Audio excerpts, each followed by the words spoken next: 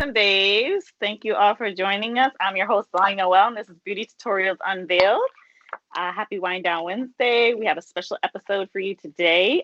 If you've been joining us all along, thank you so much for tuning in. And if you're new here, I'm going to give you a little breakdown of how the show works. So, this show is an opportunity to get a chance to break down all your favorite tutorials from the pros. You get a chance to ask questions live or just hear a little bit of behind the scenes insight on how exactly to nail whatever tutorial it is. So today we have a super special episode, and this is how to master or nail the perfect shot or pose when it comes to a photo shoot. So if anybody has any up and coming photo shoots, this is the tutorial for you. So you want to definitely stay tuned because we have a pro indeed. This guest has been featured in Vogue, Paper Magazine, New York Fashion Week, NBA, Oscar winning, mini campaigns. Some we can't even disclose yet because, you got to keep it on the low till release. Hot fire coming live. So, Leah Bass, thank you so much for joining us. We are so excited to have you. Yes, likewise, coming in hot. I love that. Many we can't disclose. We can't disclose yet. Because what if I would have dropped the tea? We gotta be careful. We gotta be careful. Secret things coming. Mom's the word. For sure. So definitely let the people know who you are. Absolutely. Let the people know who you are and a little bit about what you do and what you've done. Yeah, so my name is Leah Bass. I'm from Springfield, Mass. I'm a model, actor. I just moved out to LA to still continue to pursue the modeling. I was in New York for a while, but I'm out here just trying to continue to kick the acting into like the next gear. I don't want to say second because I'm trying to, you know what I'm saying? So definitely looking forward to booking more acting auditions, doing more screen work and things like that. And I'm in Hollywood, so I'm trying to take it to as far as I can for sure. Absolutely, and we definitely miss you on this side. I think I see a palm tree in the back. I miss awesome, y'all too. Yeah, for sure. We're definitely still getting used to the time difference, but look at we nailed it. There's sunlight. It's dark here, so this is awesome. So whenever you're ready, we can jump right into the tutorial on how to nail the perfect shot / pose. Most certainly. So I'm definitely sure it varies per model. For myself, 3 major points for killing a photo shoot, getting a perfect pose is knowing my angles, movement, and chemistry. So with knowing my angles, I know that myself, I have a very broad profile, and I utilize it to my advantage. I've shot with many photographers who tell me my profile shot looks amazing. I've done beauty work where it's like, you work the shoulders very much. What helps is the extension of the neck, given, you don't want to take a photo and hide your neck, even though, you want to kind of hide behind the shoulder, but you still want to give an angle. You know what I'm saying? And those things like that, when it comes to the profile, definitely work in my favor. Another thing I'm extremely big on, just that I learned at a young age before I even started modeling, was from Tyra Banks. She hollered about smizing all the time. So sometimes it's hard because you're posing so many times for the same photo that your eyes kind of just lose emotion behind them. So an easy way to like gain an emotion back and kind of smile without smiling is to blink and just drop into, it just helps to kind of blink, take a I'm trying. I'm over here like, blink just to get a little focus off the camera. Just drop in real cute, So those are definitely key points for myself. And with the second one is movement. One thing is what I learned coming up as a model, like there was a lot for me to learn. And sometimes I would be on set and I would feel very like stagnant to the point where it was like, okay, so now what? Like, what do I do now? And I learned to just continue to move, like just move and allow your body to really flow. Don't think about it too much. And I'm very tall, so I utilize my limbs. Sometimes I overextend my torso in a way that makes me look longer than I actually am, or extend my legs, and that works to my advantage, especially if I'm in a hill. I've even seen shorter models look taller in photos just because they're in a hill. Having on a flowy skirt, using the movement of the skirt. If you're wearing something that has fringe or just a lot of movement, then you don't have to necessarily have movement in your body, but provide movement in what you're wearing. It definitely helps bring drama to the photo. And I've seen a lot of like badass editorial photos. I've been in some badass editorial photos that look like the shot is way more dramatic than what was actually going on set. You know what I mean? And it's just because of the movement providing, it just adds like a crazy ass dramatic effect. It's amazing. And the third, which is extremely important, is chemistry.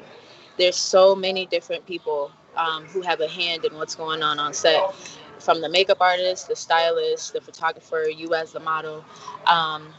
Modeling has definitely, I have a very chill personality, and I can be very cat-like. So I have the tendency to like feel things out before I'm like head on in them. But modeling has taught me to kind of get in settings and just be vulnerable.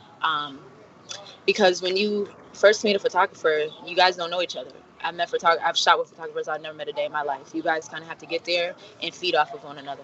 And so being able to make immediate chemistry with somebody is, especially the photographer or the makeup artist, because even the makeup artist, like sometimes they'll ask you, do you like what you look like? And if you lie and say no, you're gonna be on set looking like a toad, looking crazy.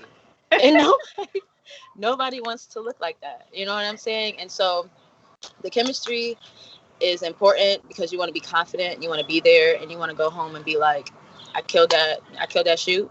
Let me have me a cute little, you know what I mean? A little, treat myself to a little glass of champagne or something when you get home. Because that's what I do after I kill a shoot. And the chemistry also just allows for the entire set to feel alive. So you're not standing there looking dead in the eyes, just staring at each other.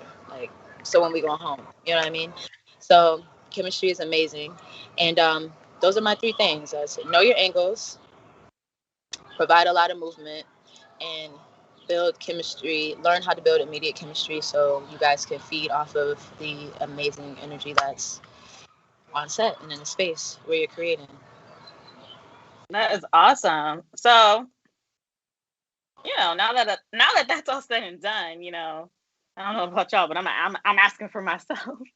So when it comes to smizing, like, you know, it sounds easy. Like sometimes I try it in the mirror and I'm like, what is the key to nailing the smize? Like, because you're smiling with your eyes. So what exactly, you know, like I can't get it, you know, so help me out. Because I don't want to look like a ghoul or a toad, you know. I don't want to look dead. I don't want to look dead in the eyes, even for on set. Like I could be smizing in my intro, like, you know, come on, y'all.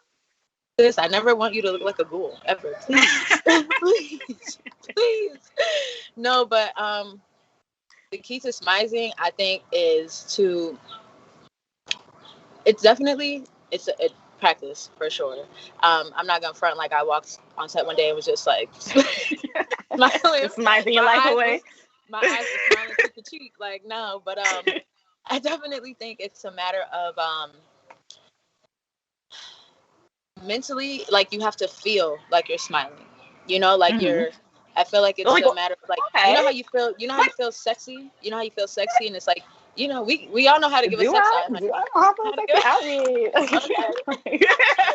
So I guess it's a matter of feeling like you're smiling, right? And just kind of whatever it is, like when you're serving face, and it's just like give a little. It's a little lighter. It's not so stern. It's like real light. Yeah, you know? Kind of smiling from within. Yeah, from within, and it feels a little gentle. You know, for sure. Okay. Well, I'm gonna practice that off camera because you're not gonna do me. Okay. You're gonna be screenshotting. I think you be smizing low key. I've seen you smize. Girl, I am one of the people who have, what is it called, the resting bitch face. Everybody thinks I'm upset. Like, no, I am fine. I am chilling. If anything, I'm tired. I can't see. They'd be like, smile, sweetheart. You know, at the gas station. You know how it be at the gas station. Smile, beloved. Like, no, I don't. No. I thought I was smiling. Am I smiling from within? I haven't been smiling on Instagram because I'm waiting to get my braces off. That's another story because we coming in hot. 2021. Okay, coming in hot, honey. Soon come. So, you know, I'm a shorter gal. So I know you mentioned like some short models can, you know, have the opportunity to elongate themselves on camera. So what advice would you give someone that's short like me? I'm 5'3", like, what am I giving? Like, what should I be giving to, elongate my neck? Because I know sometimes you could throw that neck up too far. Yeah. So how can one? Yes, you have to know, because you don't want to give too much chin. And sometimes depending on the angle, too much chin is nice, but you want to make sure it's leveled and you like kind of sit in it. You have good posture from what I know and what I can see. So it's definitely continue to extenuate your torso and everything, but maybe like kick out a leg or like, extend and lean a little bit so you take up more space. Instead of standing like straight up. That was a word, the torso. Because I honestly, when you said that, like I was not even like I was elongating from simply like here up. So we gotta let the plane pass. It's in LA, and the choppers is out. We understand the choppers is out. The choppers is out. We get it. We get it. Good grief. Elongating my torso, So, yes. No, but when you mentioned that, I was not even like I was not elongating anything from here up. Like, so when you said that, it's like, okay, we could be bringing it up from all the way. All right, you know what? This ain't about me. And gotta come from the ground up. It's gotta work from the ground up. You gotta be 10 toes down. You gotta, stand tall. Exactly. So what would you say the major key is to knowing your angles? Because I know sometimes we think we're nailing it. And I know you have said in the past, like, you can think you're not nailing it and then the shots come out amazing. So what's the key? Like, what advice could you give someone to kind of just trusting the process? Yes. With knowing your angles, I feel like we all know when we feel we look good. You know what I mean? Like, I know that I feel like I look better from my right side. Sometimes I pose from the left, but I still might be facing the left, but it's very much still giving right profile. You know what I mean? So I think it's just a matter of, girl, take them selfies. Okay, take them selfies. Know when you yourself look good, because you can't tell someone else how to make you look good. So if you know your own angles, then when you're on set, they're not going to have to give you much direction, because it's like, I know what to do to make me be here. Like, I'm showing up. You know what I mean? Right. Like, you've been practicing. Okay. I also want to add in with what you said as far as like the things that you don't think look too good, like actually looking the best, is because when I say give movement, I mean like also give poses and body motions and twist your body in ways that you might not even normally think to do on camera, especially in editorial. Like editorial print, it's like get in them weird positions and extenuate your body, and it might hurt a little. You're gonna need some core strength sometimes. Do all these things because torso. You might feel like you look crazy in the moment, but when you get that final shot, it's like, damn, that's me. You know what I mean? Right. So, so go crazy. I didn't even know I could be a pretzel and look good. Like, who knew? You know what I mean? It just turned into a funny because sometimes I'll see BTS and models will kind of like even be dancing and moving, and I'm just like, wow. How's that working out? All those skills tie into each other. It's crazy. Like, even with acting, people who dance and all those things, it just all kind of comes full circle. So, for sure. Okay, awesome. So, before we get into the girl chat, I just have one more question. Because, a lot of us are like really pretty, like, we're pretty in person, we're pretty after our 50th photo, what advice would you give to someone who's just simply shy or just not photogenic, like, quote unquote? Because I know there's a way to build yourself up to be photogenic. I think we kind of discussed this, in general, just kind of on knowing your angles and overall, but I think if you've like had photo shoots, like I like, even me, full disclosure, I've had photo shoots and I'm just like, dang, like I know I'm cute, but what's wrong? So, and then it kind of causes you to shut down and you don't really know what to do. Like, what tips would you give to someone to like kind of relax on set and kind of, jump out of their shell or comfort zone? Absolutely. So when I first started modeling, I didn't want to shoot with anybody I knew. Like, I was just like, I only felt very comfortable shooting with people I didn't know, because it was just like, it kind of made me a turtle a little bit. Like, damn, I don't, like, they know me in real life. Like, it's just a little, like, very shy. Like, so, I would definitely say what helped me is continuing to do it. Like, still do those photo shoots. Like, maybe the last one you was like, damn, I looked good. I pulled up, fit was on point, face beat. I felt like I was killing it, but I didn't feel so confident.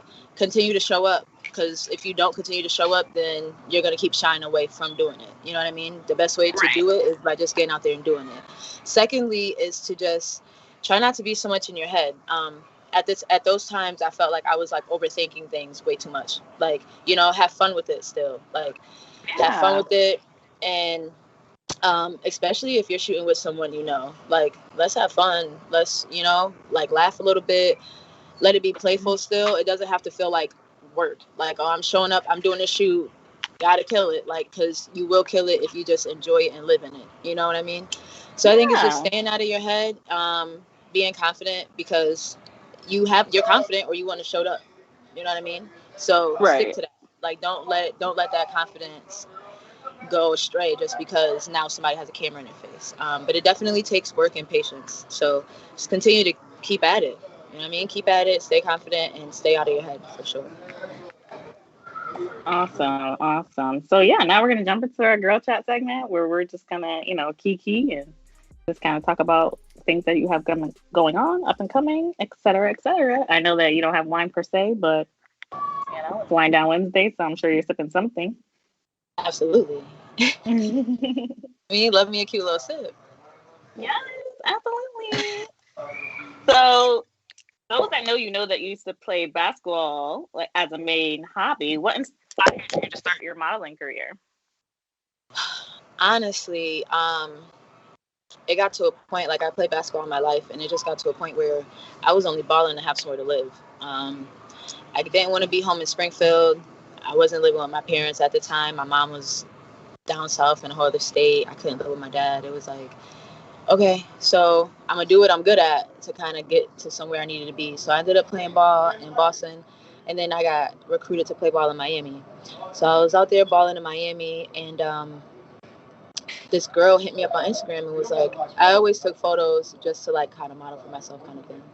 So this girl Mm-hmm. hit me up on Instagram and was like, I want you to come model for my brand. And I'm like, never really modeled for anyone before, don't really know how that's gonna go. And she asked me to come out, so she was like, no, you'll do great. So I was like, all right, fine, like, I'll come. So I went out there, we did it, and we killed it. It was like my first real photo shoot, but I was like, it was shot in black and white. I loved it. I really enjoyed myself on set. So that was like my first taste to be like, damn, like, I kind of enjoy this, like. Mm-hmm. But then it got published overseas and in Brazil. And I was like, it just was so dope to see my work in like such a huge platform. Yeah. I never thought that I would see myself posing in fashion overseas, like someplace I've never been before. You know what I mean? And I just really love that feeling, and I just started like doing more of it, and I just fell in love for real. Um, and I ain't stopped since. So Yes, and awesome. Like I love it. Like I remember when you first started, we started seeing the photos. You definitely took the world by storm, and you have grown so much. And we are all so excited and so supportive. You blow us away every time you post a photo. I think you posted a photo today. I was moving around. I was moving fast, but I'll thank repost you, thank you. and shout you out and yell per usual. Like you have been killing the game, and you definitely are. Doing what you're meant to do. So we're all so excited to see you walk in your purpose, and it's awesome when people kind of see something else in you that you didn't see in you. So shout out Yeah, to girl. it took time for real. Just quickly, I just remember knowing that modeling and stuff was what I wanted to do, but I was like working as a server at a restaurant, and Mm-hmm. people would ask me like, "What you do?" And I used to just always say I was a server. And I don't feel as though things started really moving for me until I started telling people that I was a model. Like when I left the house, when I got dressed, I looked like a model. Like until I started Mm-hmm. really living in who I believed I was, I don't really feel like things started moving for real. So Come living on. in, making that a reality every day, like believing that 1000% in your being, shit, you know what I'm saying? Like anything's impossible for real. So That is 1000%. awesome. I love that. That is a tip in itself. Like you gotta speak things out loud and really believe that for yourself. Be intentional for sure. Absolutely. So what would you say has been the highlight of your modeling career / acting career? Because I know, you know. Yeah, the modeling and acting ended up going hand in hand. I would say the Oscar. I cried so much that week. Like, yeah, they flew me. So with the modeling thing, there was this photographer I worked with, and she was putting together this fashion video with this designer, and it was crazy. We had like Dobermans, rabbits, and shit on set. It was crazy. We shot for a full week, and it was amazing. I was like the lead in it. So when it had got picked for the student festival, we won. They had flew me out. I was out in LA for a week, and you know, like the day of, I was wearing the designer's clothes. We had a driver. I looked elegant. We walked the red carpet. There was like press. It was crazy, and I've never experienced something like that. And it was just like to know that it's coming from a body of work that I was like heavily in part of. I cried. Yeah, I cried so much. Like, I definitely want more of that. And knowing what that feels like a little bit makes it not easier, but it gives me something to manifest off of. Like, I know what this feels like. I know I want to feel that more. So, like, I'm just trying to manifest more of that for real. Like, that was one of the happiest days of my life. Yeah, we were also happy for you. That is absolutely awesome. Y'all always be supporting me for real. Absolutely. Yeah, I just love when I see someone walking in their purpose. You know what I mean? Like, you could just see it. It's authentic. It's not forced. And, you know, that for me and everyone else, like, you see it. Like, you get the love you deserve because, you know, you're meant to be doing what you're doing. So it's awesome. And I'm so happy that we finally got to do this episode. I love you too. So happy that we got to do this episode. And I tell all my friends that I want to have them back just because I love them all. And I always just want to give everybody an opportunity to shine their light. So thank you so much for joining us. You know, it's coming down to a close. We have a special clip for you in store so you guys can see some of the work that Leah has done. And, you know, buckle up your seatbelts. You know, if you want to be on top, you know, make sure you rewind and, you know, master these tips and write them down. Practice, practice, practice. That's what it seems to be the key. So, yeah, thank you guys so much for joining us. Happy Wind Down Wednesday. And Leah, thank you again so much for joining us. Thanks for having me. Absolutely.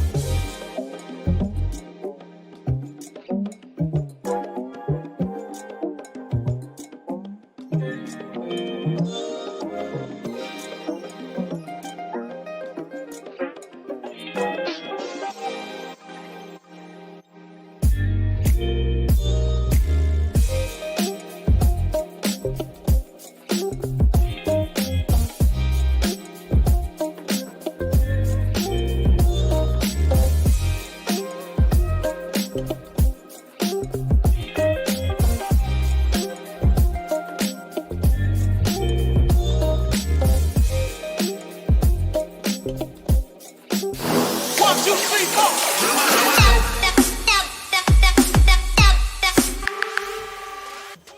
I talk to you? Have you ever asked yourself, do I really love my job? Because if you have, let me let you in on something. You're not the only one. Here are a few signs that you might not love your job. You dread going to work.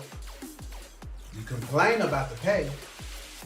The excitement for the job is left, and you find yourself sitting at brunch on Sunday with your mimosa, tapping your feet singing the Monday blues. Boom! It may be time for you to move on to something else, whether it be starting a business, finding a rich husband, or finding another job. Whatever it may be, make sure you're making yourself happy and getting those bills paid. And keep rolling, rolling, rolling on the river. Y'all be sure to follow me on Instagram and Twitter for more advice and tips. See y'all later. 1, 2, 3,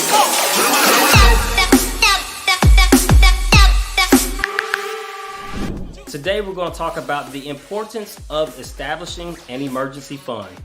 Now look, I know and I understand that sometimes there's just too much month and not enough money and we can't really establish an emergency fund, but statistically, 8 out of 10 adults do not have enough money to cover a $500 emergency saved up in a savings account. Now, how do we establish an emergency fund? First, we have to understand what our purpose is and why we're establishing this fund. Why should we establish an emergency fund? Because God forbid, if I have a $900 emergency come up, I don't want to have to go to the bank to take out a $900 loan. I don't want to have to go swipe a credit card for another $900 to put myself further in debt. I need to have an emergency fund established of 3 months to 6 months, okay? That will, if I lose my job, if something comes up, I have at least 3 months to 6 months of income. Ideally, if we could get 9 to 12 months saved up in an emergency fund, then you know come hell or high water that financially you will be okay if something establishes, if something comes up. Now, the purpose of it is that when an emergency comes up, my fund is already established, and guess what? It's no longer an emergency. We've already planned for this. And when we plan for things, we can execute the plan. We don't plan to fail, we just fail to plan. So understanding that, putting together a plan, having a fully funded emergency fund, and if you're just starting out, start with $1,000 and then build on it from there. So, this is Marcus Whitfield, and remember, knowledge isn't power, but applied knowledge is power. What got me is like there and was like, "There's a rat in here. It's you." The accent, but you know what? I know people like that in real life. What's the word with Kay Hicks? We've got trivia, special guests, and whiskey. Pour a glass of whatever you're drinking and buckle up. What's the word? What's the word with Kay Hicks? Watch live on YouTube Wednesday.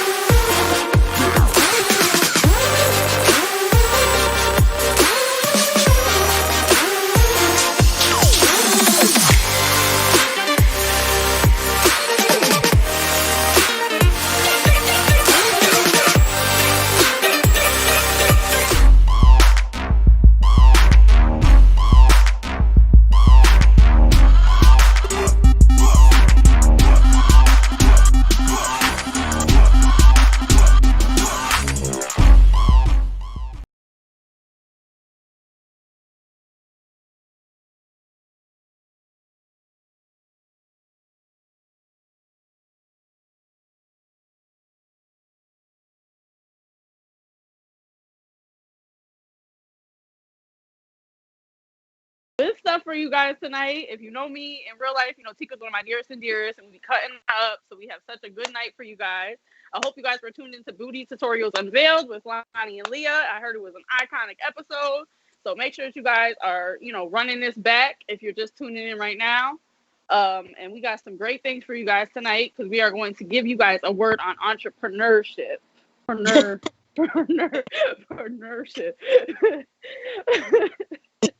I had to switch up my look for you, Tika. I couldn't do the pajama top with you. You know, I had to get my box clothes on. The box was coming on. I'm about to say that, so I was like, I said, you look great. I see you. Go ahead. The all white with the red lip. You know what I'm saying? You had me want to go upstairs to get the blazer popping, but I was like, you know what? The crazy part is I almost wore a black turtleneck, and we would have been out here looking like Dumb and Dumber. Pretty usual. You know what I'm saying? Like, I thought you would say Twinning, Dumb and Dumber though. Yo, so now I can't even count. Dumb.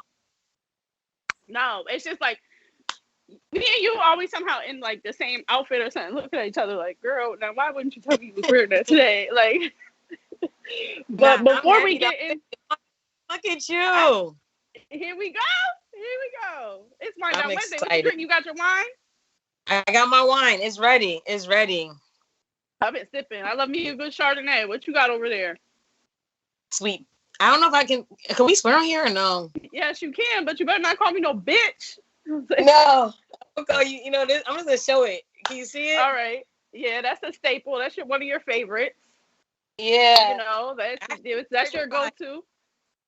That's like a go-to. On a date one time, though, I got to tell you, on a date one time, he asked me what kind of wine do I drink, and I said sweet bitch because that's the name of it. He was like, "Yo, don't call me no bitch." I'm like, "No," I'm like, "That's the name of the wine. Like, come on, like, do better." Yo, police.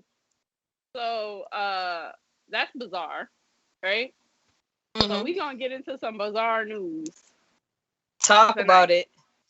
Because I had to get some bizarre news on entrepreneurship. You know, I'm like, okay, what's some weird companies that people have started? You know, like I know that there's somebody out there that made a bag off of a weird idea. So I had to really search the streets today and get the info I needed. But before I even get into like the businesses I found, have you ever heard of Dogecoin? Dogecoin? Dogecoin is like the new Bitcoin. Yeah. People are making money. Yeah, exactly. So there's been a lot of investments, a lot of turnover with it. I have a lot of friends that are into investments that are like, oh, buy into Dogecoin. So apparently the owner of Dogecoin really started as a joke. He made like this fake icon on Twitter, and it's like a dog with a coin over it, and he was like, it's gonna be the new Bitcoin. It was a joke, and then people were really trying to buy into it, so he really created Dogecoin, and now he's rich. He's set for life. Like, that's crazy. I'm about to make that kitty coin. What you mean? Like, what the hell? Yeah, you know what? Go ahead and do it. What that pussy Go ahead and do it. That'll be dope. Look at you. She was telling me I need to make tequila. You need to make a tequila? I need to make Tika tequila. Oh, I will drink me some tequila. You know I love a good tequila now. Tequila, you know what I'm saying? See? So I would buy into your coin to drink my tequila. We good out here. We're going to be drinking and getting money like we always have been. You know what I'm saying? And that's how it always happens. So tell me, what's the rundown? How we doing? Is this my first time on? I'm excited, Yeah, so we get into this bizarre news first before we get into this a word on entrepreneurship. But I got two more stories for you. I got two more bizarre stories for you because these people have started these weird businesses, and you just got to know how these people are making money. Because, me and you, we like to try to make money different ways. We've always been like that. So, right. Now, have you ever heard of Cat Facts? I feel like I used to send you them. You probably did. You used to send me so much. I can't fuck. So what it is?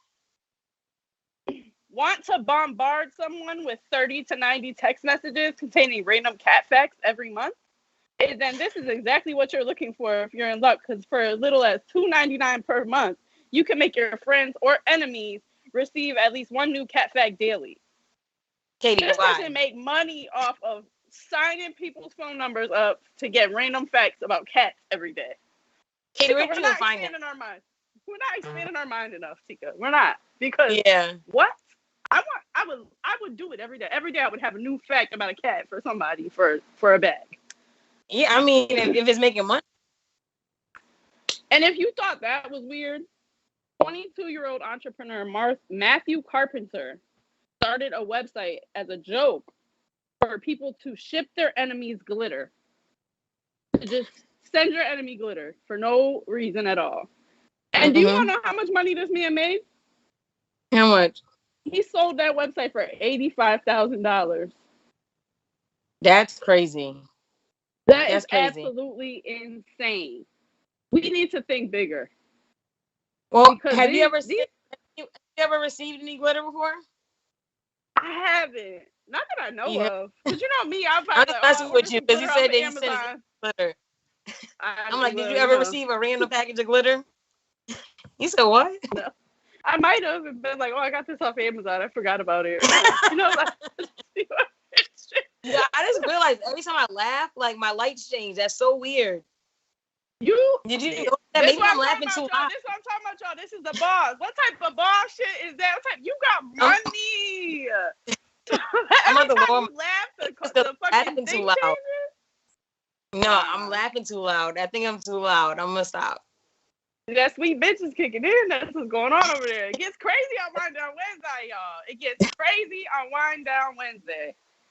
Yeah, but let's get a little serious now. Let's go into the word on the street. So we gonna tap into the word on the street of entrepreneurship. First off, I love when you say entrepreneurship because I never heard it like that before. I love your accent. Can you do it for me one more time? What is my accent? I don't know.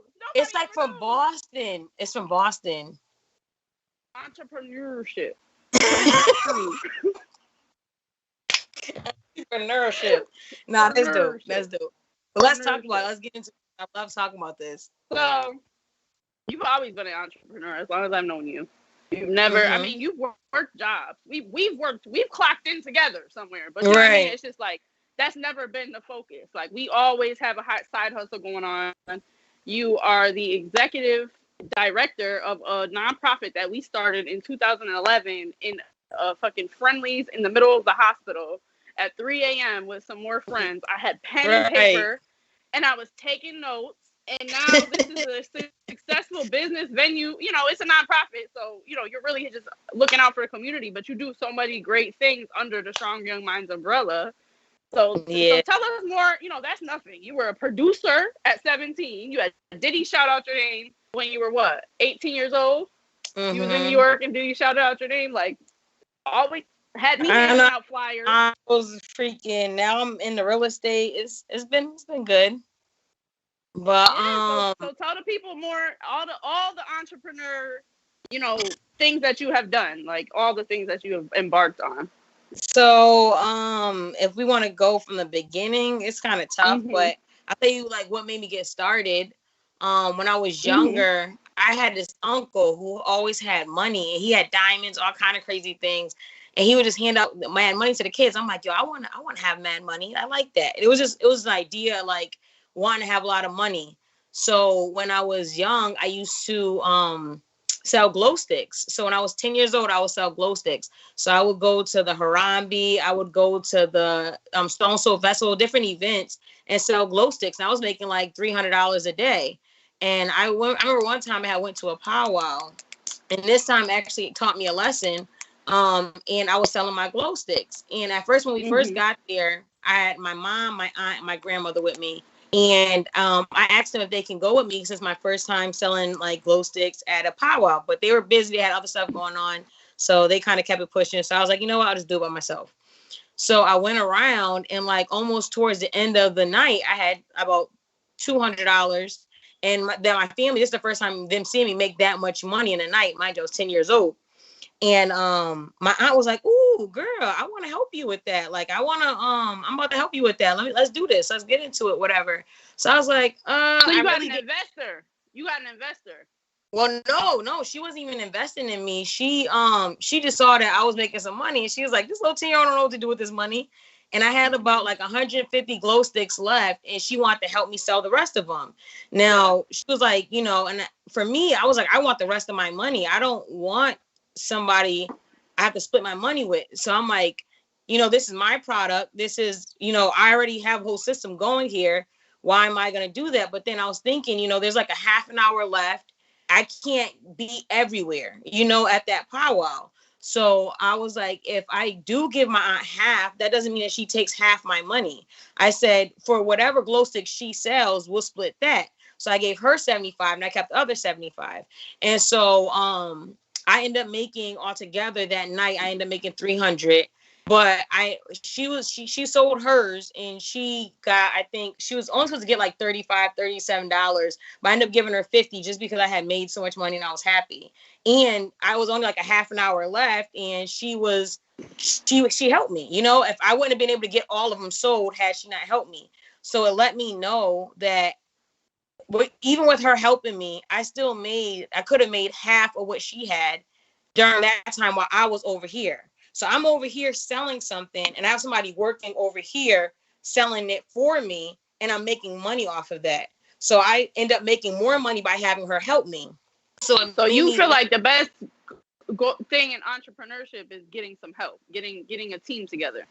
Exactly. Or hiring somebody to sell something for you, but they're not getting as much as you're getting, because it's your operation, it's your system. Yeah. So one of the biggest things. Product.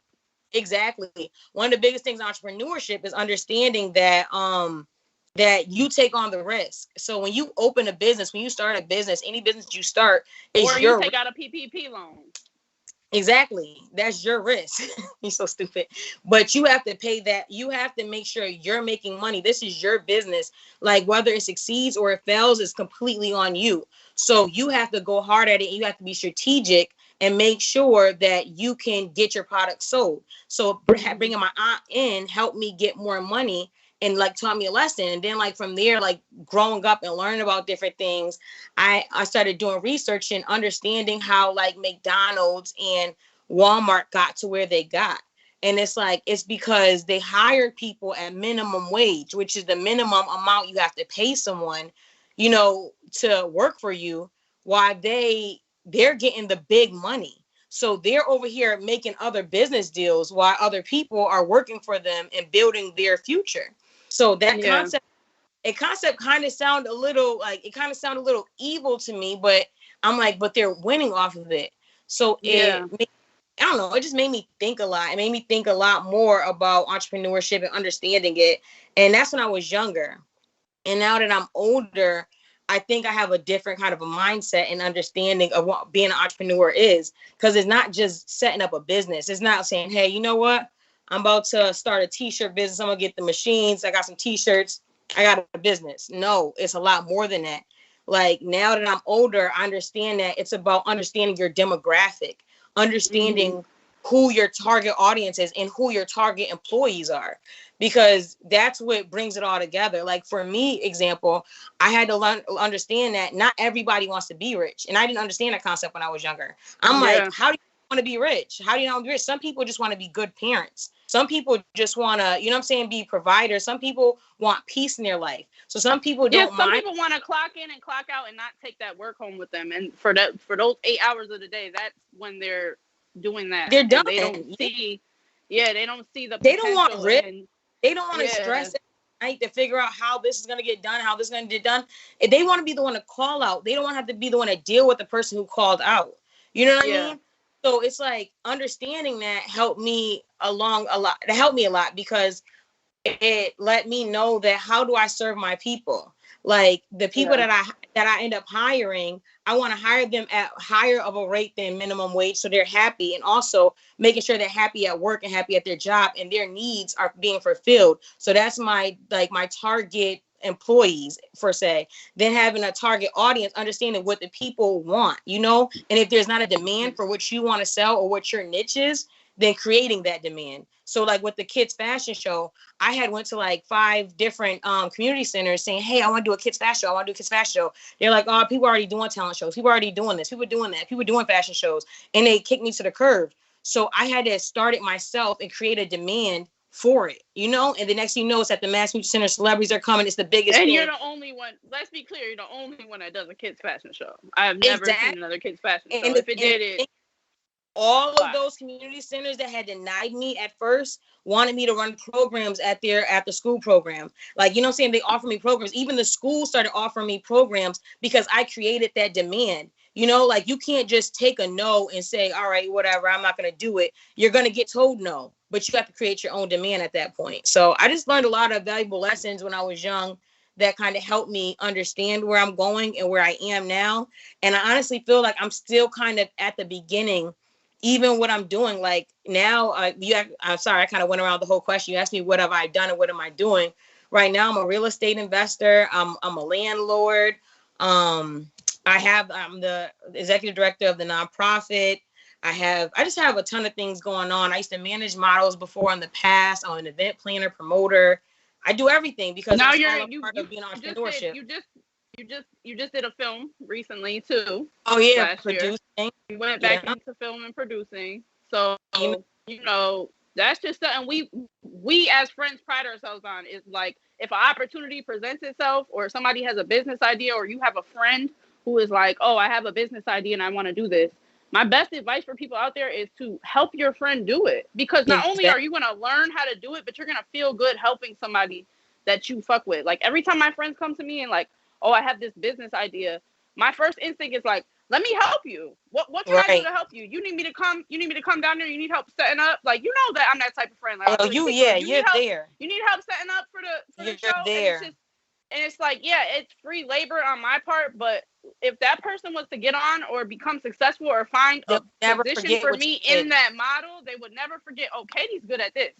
So let me plug her into this. And it's like, I feel like our parents' generation and like, I'm learning about like breaking generational curses right now. And it's like a lot of people have this mindset around money. Like you go to work and you work hard and that's the only way you're going to make money. Like, no.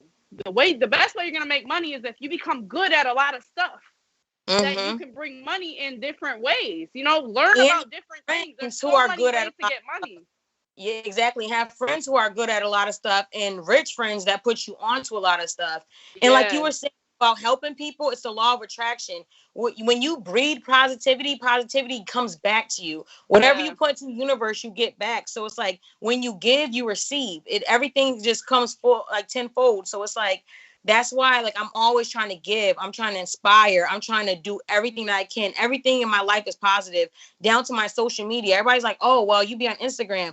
If you go on my Instagram, if you go through my feed, all you see is about investing, positivity, like quotes that'll get me by to the day, like, you know, words of aspiration, everything that's going to inspire me. Like I went and like anything that I seen on my Instagram where it was like negativity, drama, people doing stuff for likes, I just unfollowed it and I started following anything that's going to help me grow, you know. And that's one of the biggest too is your mindset. Like entrepreneurship is not just I'm gonna start a business, whatever. It's a mindset. It's about, you have to want it, you have to understand it, and you have to apply it. It's not as easy as it looks. Well, if you want to be successful at it, then it's not as easy as it looks, you know?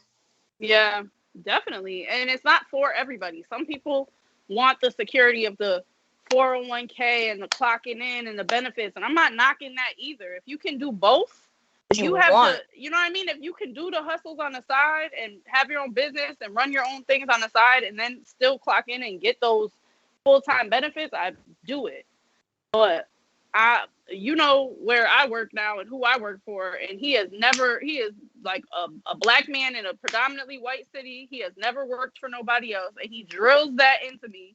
So now at this point in my life, I could never work for somebody else. Like, unless it's like somebody I fuck with, it's somebody who I see the vision and I'm like right under them, or I'm in the direct team and it's small. But big companies, like my biggest dream used to be to like write for Disney and HBO, and maybe I still would, but I would be a freelance, you know, writer, contractor. I would never be in the company because I don't even want to do it.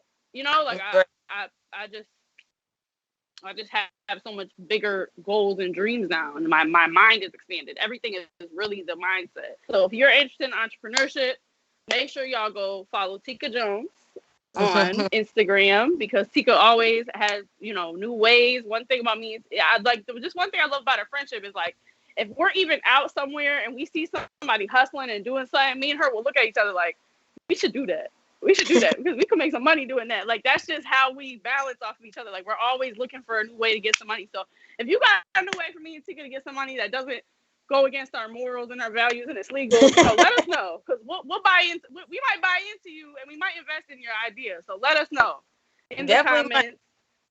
Let us know in the DMs. Tika, that was a great talk. I'm glad we got a lot of information out there. But what I do want to move on to now is, because we love us a film and a TV, because that's our other passion. Right. So what you've been watching? So 2 shows I just started. One, I actually need to know whether you've seen it or not. Have you seen Snowfall? Because I'm always late to this. I'm always late to everything. I'm late to it too. I tried to watch it twice. I watched like how it takes a while to get into a show. So I'm like halfway through the first season. But everybody tells me you could skip the first season if you wanted to, because that's how good the show gets. Yeah. So I'm trying to get into it. Okay. That one is one new one I'm watching, and it's not as good as the 100s, or it's not as good as I thought it was gonna be. But I started watching the Vampire Diaries. Oh my God! Everybody keep watching that. And I was just on here on I think episode 1 talking about how I'm back binging it, and I'm almost done with it now again. Yeah, this is my second time watching it. So, and then now I'm watching the spinoff, which is the originals. I'm watching the originals too. Yeah. Yeah. So we watching. We love us a good Paranormal Activity. Yeah. I love me a good sexy vampire. Like, there's just nothing like a sexy. Which one you like? Which one you think is cute? Suck your blood, huh? Which one you think is cute? Well, I'm obsessed with Damon. Like, I'm a Damon girl all the way. Like, he don't play about his bitch. Like, he will come behind Elena and kill anybody. Like, that type of shit turns me on. I love that Damon is who he is. Like, he's an asshole, and you know that, and he'll let you know that up front. He's not gonna try to front for you, but he's also so fucking loyal. He will put himself, you know what I mean, on the chopping board at any time. There's been so many times that he's like in the show, because he loves his little brother, and his little brother is the opposite of him. He's such a sweetheart. I know you fucking love Stefan. You're Team Stefan, aren't you? I am. I'm Team Stefan, but not looks-wise. Looks-wise, I think Damon looks better than Stefan, but I love Stefan because he has like that cold look, right? Yeah. But I like Klaus. I don't know what it is about Klaus that just turns me on. Because Klaus ain't nobody fucking with Klaus. You know what I mean? And Marcellus. Marcel fine. Marcel know he's fine though. You know what I mean? Like, you know he's fine.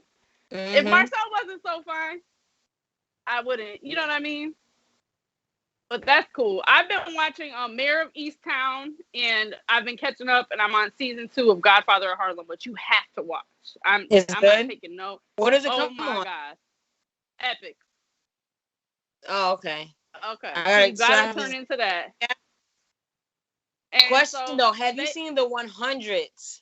Yeah. How did you like the 100s? I love the 100. It's all about like survival. I'm into that shit. Me too. I loved it. Now, I wanted us to do Waste Her Time tonight, but everybody was chickening out. And yeah, so everybody was chickening out. But Tay, my boy Tay, we could call Tay. Tay's on standby because Tay came on here last week and he promoted a mixtape. And the mixtape never came out. And so he wasted our time. Damn right. So Tay is on standby. Do you want to call him? Let's do it. It's Tayshawn Motley in the so we could. Tay's on standby. He said, "I'll come back on and apologize to your viewers." I'm like, "Please do," because you don't piss me off. He was on here talking, "Yeah, Friday, it's lit," and I'm like, "Tay, since when do you do music? Like, I'm just confused." Here he is. Yeah, what's good? Tay, you have wasted our time. So we are. So first of all, did you know that you and Tika are cousins? Are we? Yeah. Yeah. How's this? You're Eric's son? Nah, Tony. Tony's son? Yeah. Oh, so you're Daisha's brother. Yeah. Yeah, we're cousins. I'm hello, cousin. Nobody don't be telling me nothing. Hey, cousin. Oh, this is sad, right? We didn't even grow up together. We don't know none of this. It's crazy. It's crazy. But Well, I know Tay, now. before we go tonight, I need you to apologize to my viewers. We only got about a minute left. We're going to give you this minute. And everybody, make sure you guys follow at Tika Jones on every platform. Tika Jones on Facebook, at Tika Jones on Instagram. Super simple. Easy to find her. Now, Tay, apologize to these people. Yes, Teka. All right, Katie. All right. The Channel 7. Katie, my bad. So why did maybe I trolled a little too much. So you had everybody going thinking that you had a whole mixtape coming, that you were doing music just to get traffic on your website. And what is your website? Tell people your website, because at this You point, already know. Millennialmuse.com. Millennialmuse.com. If music, anything, that's all we do over there. And when y'all go on that site, you guys can search K Hickson, because in my day I did a few Millennial Muse articles. Oh yeah, Katie got some articles up there. I sure do. You know, I be writing. But thank you guys for coming on. I had so much fun. You know, now y'all done got me drunk, and now y'all about to leave me. So, but thank you guys for everybody for tuning in. It's been fun. We will see you next week. Next week, I have a surprise for everybody. I will be in Chicago, so you know I'm gonna be coming fresh off a flight to do Wind Down Wednesday with everybody. So, thank you guys for tuning in, and we will see you next Wednesday for Wind Down Wednesday.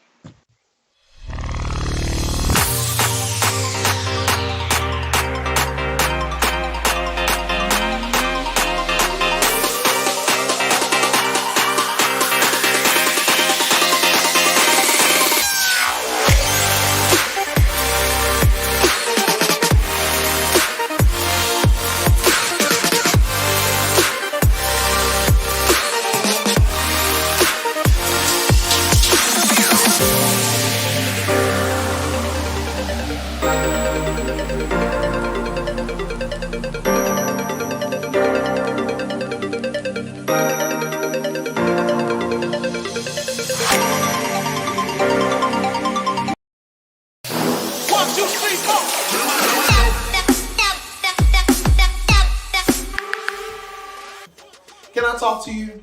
Have you ever asked yourself, do I really love my job? Because if you have, let me let you in on something. You're not the only one. Here are a few signs that you might not love your job. You dread going to work. You complain about the pay.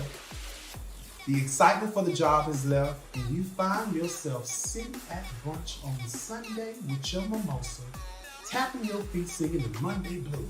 Boom! It may be time for you to move on to something else, whether it be starting a business, finding a rich husband, or finding another job. Whatever it may be, make sure you're making yourself happy and getting those bills paid. And keep rolling, rolling, rolling on the ride. Y'all be sure to follow me on Instagram and Twitter for more advice and tips. See y'all later. 1, 2, 3,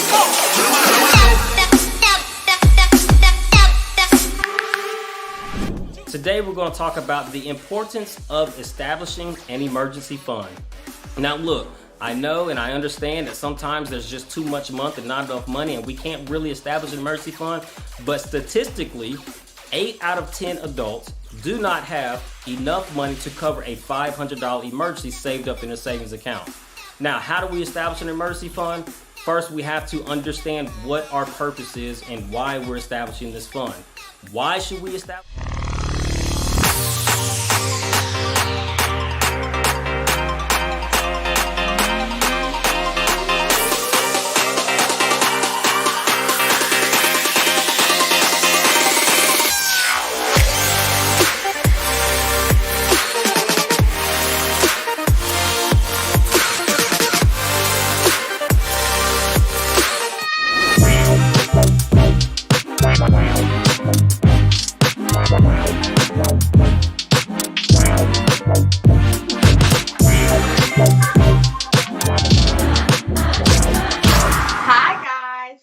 Queenie, and thank you for joining me for another episode of Queenie Unfiltered, where you are sure to be wrapped of filth. However, I promise you will come out clean and pristine. We keep it real. We are honest with ourselves. And most importantly, we practice being beautifully balanced inside and out. I'm so sorry I missed y'all last week, but thank you for rocking with me this week, all right? Tonight I have a special guest, and we're going to be talking about this whole the whole high value man woman phenom. However, I do want to get into my Wednesday or midweek read real quick because it's been some bullshit going on. The energy kind of shifted, you know. Things been a little stuck around me, and I'm not sure if everyone else is feeling that shift, but we're just gonna pull a couple of cards for our midweek thingamajig. I said thingamajig on TV. Woo, country. So we gonna pull a few cards and get right into that. Also, you guys have probably noticed that the girls aren't out today. I had some constructive criticism from a few viewers who said that my titties be tittying and they couldn't focus on the content of what I was producing because the titties was just doing too much. So, this is for them, you know, this is for them. But next week, though, my titties gonna be out.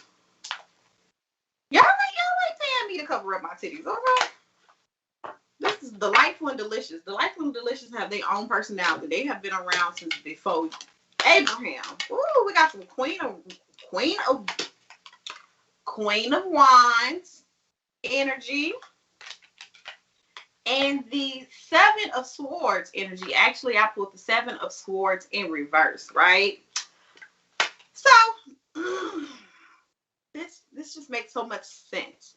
The Queen of Wands is that passion. It's that warmth. It's that love. It's that love for all things like humanity. It's that want and need to be just and fair and nurturing and warm, right?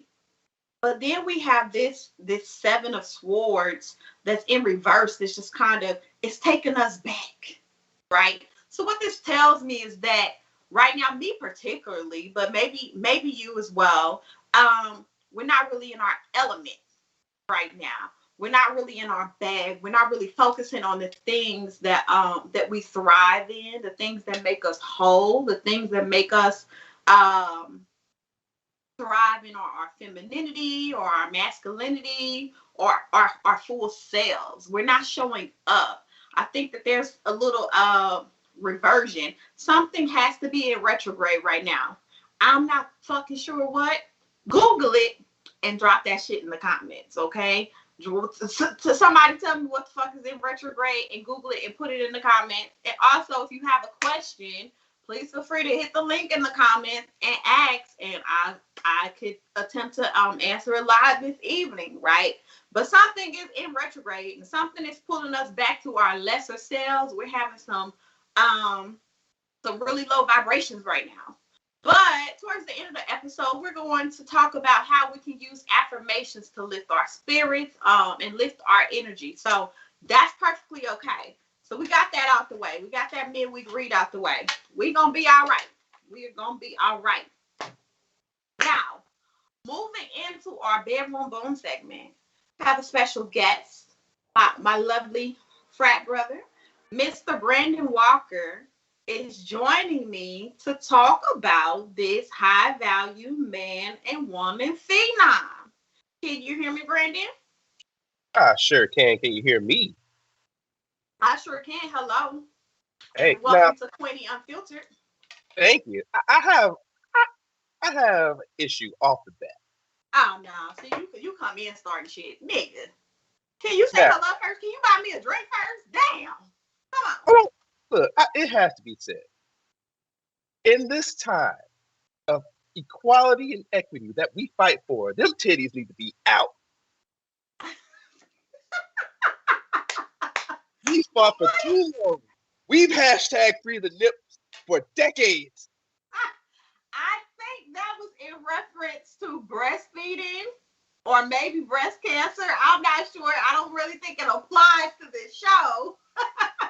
But hashtags can evolve. I do agree. These titties need to be out. Okay, my titties do not. Listen, I haven't worn a bra since the fucking pandemic, and I also haven't had any back problems since the pandemic started, too. Okay? So I'm kind of protesting brasiers right now. Really underwear, but we ain't gonna talk about that because my mama don't need to know I don't wear drawers on a regular basis. Underwear is a crutch. You say that, but you don't have the lady parts. You know, draws, and I say draws because I wear the big cotton draws. I don't even try with the cute shit, no thongs, nothing too motherfucking tight, no boy shorts, no. Straight Grandma Bertha draws around this bitch. They do serve a purpose, okay? Draws do serve a purpose, all right? But again, as of right now, I'm on strike, okay? The pandemic got us. I don't have to leave my house for work no more. I just don't feel the need to wear draws and bras unless I'm in a church. And I'm in a church, so. I wish our society would just be open enough for us to just free ball it or free badge it. But can you imagine all the moisture and the sweat? You know, and then we live in Louisiana. It's too fucking hot to not have on drawers. You know, that shit gets running down your leg. And you be like, what's around this? What's this caught on my ankle? And you look down and it be a little secretions and shit. You know, so dry, maybe not completely free ball it, but if you just gotta give it time. Like, as a society, we didn't like cell phone. When cell phones first came out, they was like, the devil is gonna give you brain cancer and all that stuff. Look at us now. It is the devil. It's probably giving us brain cancer, but we don't care. So what that got to do with draws, though? I'm just saying. Draws are a necessary evil, okay? Draws are a necessary evil. I will say that. Now, everybody don't have to wear them, but I am a girl that has to wear draws. I gotta have on some draws sometime. Home and shit like that, okay. But, I can't just be out all willy-nilly. Because I have men falling all over me if I ain't wear drawers. Just the Mac, loose booty. You know what? You a pervert. So. I am a nympho, not a pervert.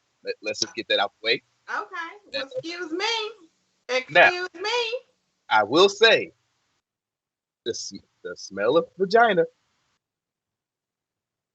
is tempting. Now, here's the thing. If I, as a man, I know the sweet smell of vagina. Mm-hmm. I also know the sweet smell of bad vagina.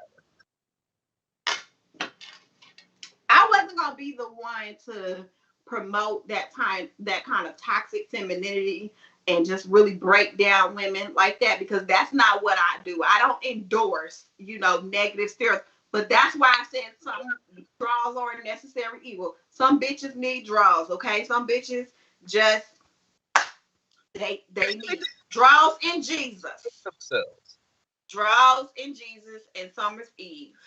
So, I feel you and I feel where you coming from. However, as someone that uses the women's restroom, I can absolutely tell you that draws are needed because if it wasn't for no barrier, can you imagine? Especially in the heat, Brandon. Look,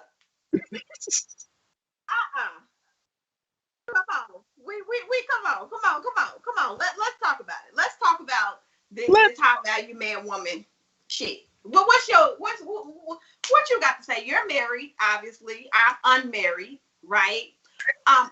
Unpopular opinion, I actually agree with the concept of a high value man or woman. Reason being, and hear me out, as a single woman, right? And when I say I agree with the concept of high value man and woman, I don't agree with how it's presented by that zesty ass Negro, right? But I do agree in applying a type of value to men or women. I'm a 31-year-old unmarried woman, educated, successful. It is more likely for a man to find a single woman, no children, good job, good education, without kids and things like that, than it is for me to find a man in my same age group with those same qualifications. So you just have to be bringing something. Not only that, I don't believe in struggle love. So I feel like if you put a high value on yourself, to me, it's a form of esteem. I put a high value on myself, and I don't expect anything less from my partners. And I think that that's fair. Now, all this whole, what the people were saying, because I was doing some research on it. People were saying about, people making $10,000 a month. That's nice. I don't really think that's realistic. It is realistic in certain areas, but I wouldn't be requiring a man to make $10,000 a month to date me. Like that. Okay. So full disclosure, all people watching, I'm married, beautiful wife, 2 kids. I'm not in these single streets. If I was, I still wouldn't agree with this high value bullshit. And here's why. Trying to put valuations on characteristics only going to lead to your downfall. If you're going to be like, okay, I value myself highly, which is great. So a high self-esteem is always great for somebody. However, it goes a little bit too far when you try to value yourself and not be able to afford yourself. If you place your value at, okay, I need to meet somebody that's making $150,000 a week, but also is not at work all the time. You need to be able to, be with me all the time, but when I don't feel like being bothered, his ass just go away and not do nothing, not cheat on me. Mm-hmm.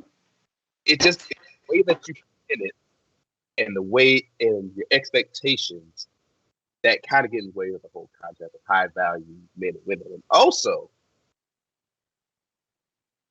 value is subjective. Diamonds are plentiful in Africa. It's plentiful everywhere. Diamonds are everywhere. The only reason that it's valued highly is because we made it valued highly. I could agree with that.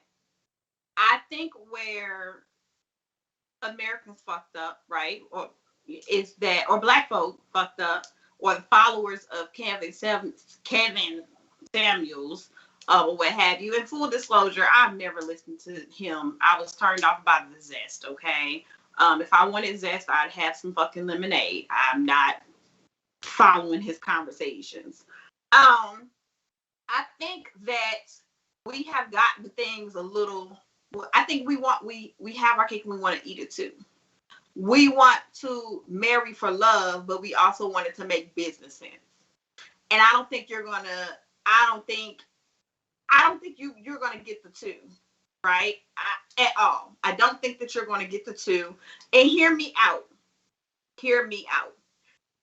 I firmly believe you have to pick one. Either you want passion and all the bullshit that comes with passion, giving somebody that type of power over you, being vulnerable to allow your heart to break, whatever, or you want to build an empire, right? High value men and women, I think that works if you're seeking to build an empire. I want to build an empire. Fuck love. Love is not going to push me towards my ambitions. Love is not going to give me to make my dreams come true. Love's not going to do any of that. But a partner that understands the assignment will get me there. You trying to get your Bill Gates? Hello, I deserve a motherfucking Bill Gates. Sure fucking no. And you see them. I mean, and that's just me. So I don't come thinking, oh, I'm gonna be in love with this person that's also going, like, no, it don't work like that. Ask Big Mama, okay? Ask your grandma. They'll tell you, you either marry for love or you marry for money. And I do believe that people have the ability to love the person they're with or to fall in love with the person they're with. But I also think that if you go into something and you're like, oh, this love is unconditional, it's flaws and all, and we can be sleeping on a bus stop and eating out of trash bags, and I'm still going to be with this person because I know that he or they have potential. No, I'd rather be comfortable and not in love and fucking the pool boy than in love and in poverty. Can't do it. So I need me a high value nigga, okay? A nigga that got that esteem, a nigga that got that value on himself, a nigga that believe in me and my value and matches me and my value and is want to work with me on combining our intrinsic values and rising and increasing it. That's just that to me. And I can love you and I cannot love you, but you know, marriage is a business. It is. You're married, you tell me. So I agree with most of it. Mm-hmm. You shouldn't fall into a relationship without truly thinking about if you want to be with that person for whatever reason. I would hope that you're, going into marriage for love. I'm not, ignorant enough to think that everybody wants to be in marriage for love. But you should look past love and see if you want to life with somebody. Love is great. It'll, pick you up in hard times. It will comfort you in the coldest of nights. You said love comfort you in the coldest of nights? Because I thought money did that. Because money buy blankets and shit. Money plays light. But I'm messing with you. Go ahead. I think, at least in my opinion, people really fall into like 4 camps. At least right now, in my eyes, they fall into 4 camps in regards to love and marriage. You got this motherfucker talking about high value men and women, where the value that you have is the value that you give another person monetarily, or in that realm, rather than how do you make me feel, or do you complete me, or I complete you. I see that camp. I see the Dr. Umar, who, Black power, struggle is real. You're my black queen. I am your king. You will make an empire. When's the last time anybody seen him with a black woman? But I digress. Go ahead. I don't know. Go ahead, because we running out of time. Go ahead. Got that. You got your Tyler Perry's, where you find a man like, you know what, he's rough around the edges, but I think I can change him. Oh, that's that struggle love. Yeah, I ain't with that shit either. I'm a little bit with it. I have a soft spot for it. Okay, go ahead. Yeah. You got your celebrity loves. The loves that look good on the outside.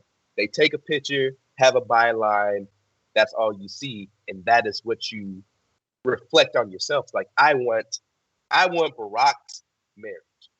Right, and people don't realize that Barack and Michelle went through therapy and had to go through fertility treatments and I get that. I want Bill and Melinda Gates' marriage.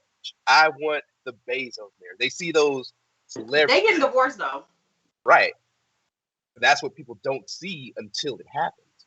Right. Oh, I got you, and I thank you for your input. I think that this was a good conversation. I think that we can definitely get into more of this at a later time, like actually defining healthy relationships, defining the value or what have you, high value, low value, whatever, who should and should not be dating. But that's another conversation for a different day. We're going to wrap it up. All right. Maybe one day I'll talk about how me and my line brothers actually calculated love. Oh my God. Y'all are nerds. Y'all are nerds. But I'm going to let you have that. I'm going to let you have that. And I'm going to speak with you later. I appreciate you joining us, Brandon. No problem. All right. Good night. All right. All right, guys. So we're going to wrap things up with the Check Yourself segment. We're going to talk about how to use affirmations to raise your vibrations, right? So there's this method called the 555 method, or 333-999, whatever you want to call it. Is where you speak something 3 times, write something 3 times or 5 times or 9 times, and do something 3 times, 5 times, or 9 times. So if you're trying to manifest money, trying to manifest love, trying to manifest self-love or better feelings towards yourself, you can think it a multitude of times, write it a multitude of times, and say it and speak it. A multitude of times. And keep repeating this for like however many days. So if you're writing it for 3 times, you want to do it for 3 days. If you're and so on and so forth. So 3, 5, 7, 9. It's important to speak affirmations or practice affirmations daily to raise your vibrations, because we're surrounded by a lot of energy. Have you ever noticed that when someone is having a bad day, it really fucks up everything, or you can like feel that shit in the room? It's real tense. It's real heavy. You kind of be like, well, what's going on? What's wrong with you? It rubs off on everyone. And we're already dealing with a lot. We're still knee deep in the damn pandemic. We don't know when things are going back to normal. We're still juggling being teachers and workers, or maybe we got laid off. So the last thing we want to do is to feed into negative energy. So practicing affirmations just kind of help us build up ourselves, right? And take better care of ourselves as well. It particularly helps if you're feeling down, depressed, just in the dumps. It can help lift your moods, and get you back into a routine of things that will put you on a path of happiness, right? So tonight has been great. Thank you for joining us. Please join us next Wednesday at 9 p.m. Central Time, where we will be talking about Beauty and the Bull, the age of the cuckold. And I am looking for guests. So if you are interested, if you are a cuck, you have a cuck, or you know a cuck, please holler at me at Trap Tarot Nola, TRAPTAROTNOLA @gmail.com, because I would love to hear from you. Enjoy your evening.